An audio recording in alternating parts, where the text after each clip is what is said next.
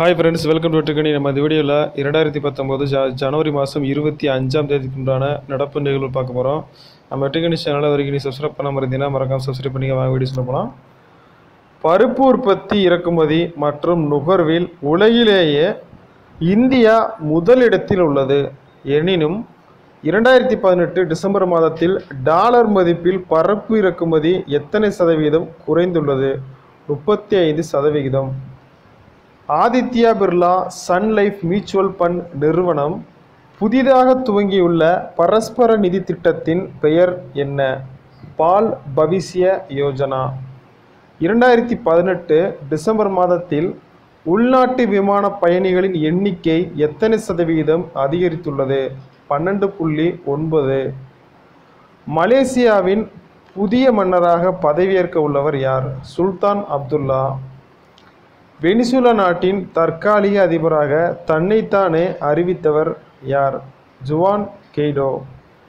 இந்தியாவின் எந்த மாநிலத்தில் வறுமை கோட்டுக்கு கீழ் உள்ளவர்களுக்கு ரேஷனில் 1 கிலோ கோதுமை ₹1 என்று அறிவிக்கப்பட்டுள்ளது? ராஜஸ்தான். 2019 அசோக சக்ரா விருது யாருக்கு அறிவிக்கப்பட்டுள்ளது? லான்ஸ் நசீர் அகமது வானி. பேரிடர் மீட்பில் சிறப்பான செயல்பாட்டுக்கான நேதாஜி பெயரில் விருது மத்திய அரசு அறிவித்துள்ளது. 2019க்கான இவ்விருதுக்கு தேசிய பேரிடர் மீட்பு படையின் எத்தனையாவது பட்டாலியன் தேர்வு செய்யப்பட்டுள்ளது? 18வது battalion.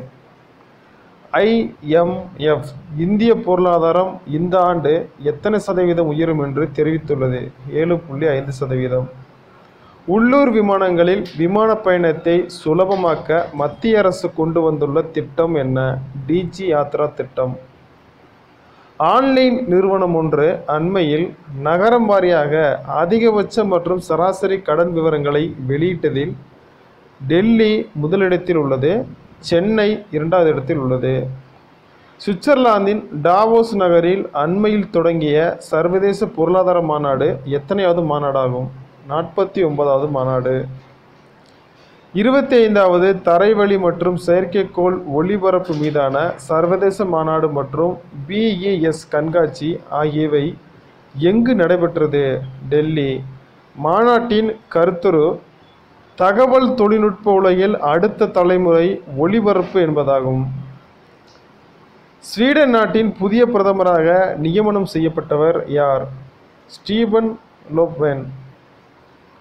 Line on fire ceasefire violation and India Pakistan escalation dynamic என்ற புத்தகம் யாரால் எழுதப்பட்டது? ஹேப்பிமேன் ஜேக்கப். இந்தியாவின் முதல் லித்தியம் அயன் கிகா தொழிற்சாலை பெல் மற்றும் லிப்காயின் நிறுவனங்கள் இணைந்து உருவாக்குகின்றன. இந்திய வாழ் அமெரிக்க தொண்டு நிறுவனர் மற்றும் தொழிலதிபர் யாருக்கு கௌரவ ரோசா பார்க் பிளேயர் விருது வழங்கப்பட்டது? குரிந்தர் சிங் கல்சா அப்படிங்கிறவருக்கு. IDFC வங்கியின் தலைமை நிர்வாக அதிகாரியாக வைத்தியநாதன் நியமனம் செய்யப்பட்டார். முதல் முறையாக இந்தியா மேற்கொண்ட இலகு ரக ஹெலிகாப்டர் LCH லைட் கம்பேட் ஹெலிகாப்டர், அதாவது இதனை வானிலிருந்து ஏவுகணை செய்யும் அந்த சோதனை வெற்றி பெற்றிருக்கு அப்படிங்கிறாங்க. அதே மாதிரி இந்த ஏவுகணையை உருவாக்கிய நிறுவனம் RWRDC rotary research and design centre HAL Hindustan aeronautics limited. அரபு பொருளாதார மற்றும் சமூக அபிவிருத்தி உச்சி மாநாடு லெபனான் பெய்ரூட்டில் நடைபெற்றது. இது எத்தனாவது மாநாடுன்னு தெரிஞ்சால் கமெண்ட் பாக்ஸில் கமெண்ட் பண்ணுங்கள். நெக்ஸ்ட்டு, அமாகான் அமா பிரகாஷ் எனும் காணொளி காட்சி நிகழ்ச்சி ஒடிசாவில் நடைபெற்றது. இதில் மதுபாபு ஓய்வூதிய தொகையை ₹200 உயர்த்தியுள்ளார் அம்மாநில முதல்வர் நவீன் பட்நாயக். ஸோ இப்போ இதுக்கு முன்னாடி எவ்வளோ இருந்துச்சு? 500, 300, 400, 1000 தெரில. ஆனால் அந்த தொகையிலேருந்து இப்போ ரீசெண்டாக ஒரு 200 அதிகமாக்கியிருக்காங்க. Women's voice award.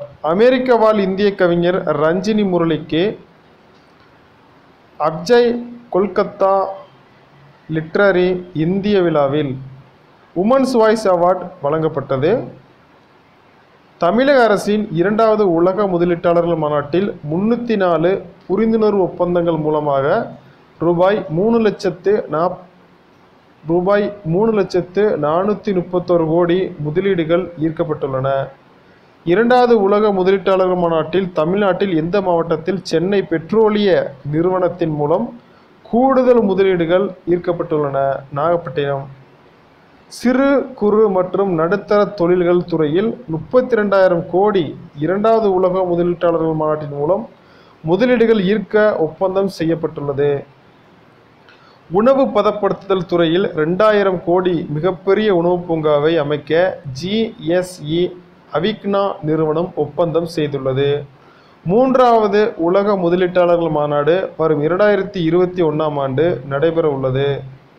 இந்திய விண்வெளி ஆய்வு மையம் இஸ்ரோ சார்பில் 24/1/2019 ஏவிய PSLV C-44 ராக்கெட் வெற்றிகரமாக விண்ணில் பாய்ந்தது. கலாம் செயற்கைக்கோள் மற்றும் இந்திய பாதுகாப்பு ஆராய்ச்சி மற்றும் மேம்பாட்டு நிறுவனத்தின் பயன்பாட்டுக்கான மோக்ரோசாட் R அப்படிங்கக்கூடிய செயற்கைக்கோள் திட்டமிட்ட தற்காலிக சுற்றுவட்ட பாதையில் நிலைநிறுத்தப்பட்டது. இந்த கலாம் சாட் வந்துட்டு பார்த்தீங்கன்னா அந்த இது வந்து 34 கிராம் சொல்லிட்டு நியூஸ் பேப்பரில் போட்டிருந்தாங்க.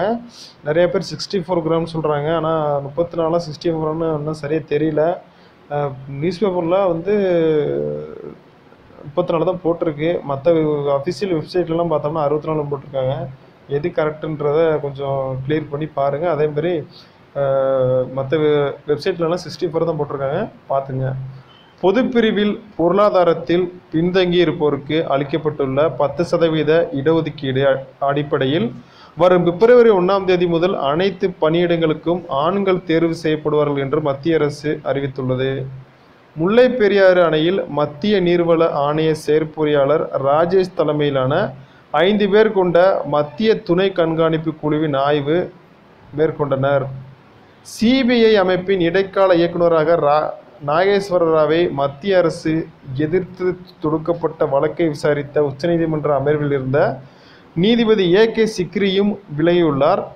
இதே நிகழ்வின் காரணமாக அண்மையில் நீதிபதி ரஞ்சன் கோகாயும் விலகியது குறிப்பிடத்தக்கது.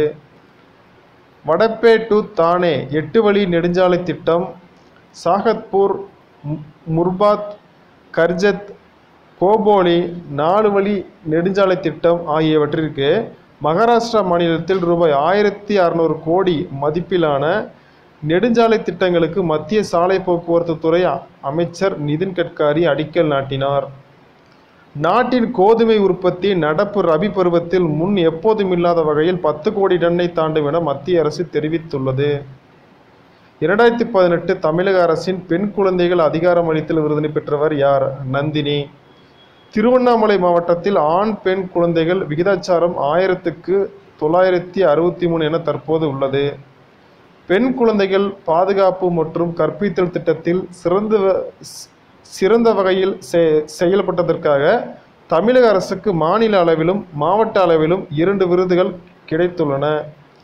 இதுபோன்ற நடப்பு நிகழ்வுகளை தெரிந்து கொள்ள வெற்றிக்கணி யூடியூப் சேனலை பார்க்கவும். மேலும் கூடுதல் நடப்பு நிகழ்வுகள் PDF வடிவாக தங்களுக்கு வேண்டுமெனில் வெற்றிக்கணி வாட்ஸ்அப் ஜாயினி நம்பரில் இணையவும். நல்லவெளி குட்பை பயிற்சி மையம் அரியலூர் மாவட்டம் பரணம் கிராமம். இந்த இலவச பயிற்சி மையத்தில் இணைய விரும்பினால் கீழ்கண்ட எண்ணை தொடர்பு கொள்ளுங்கள். 70 100 21 004.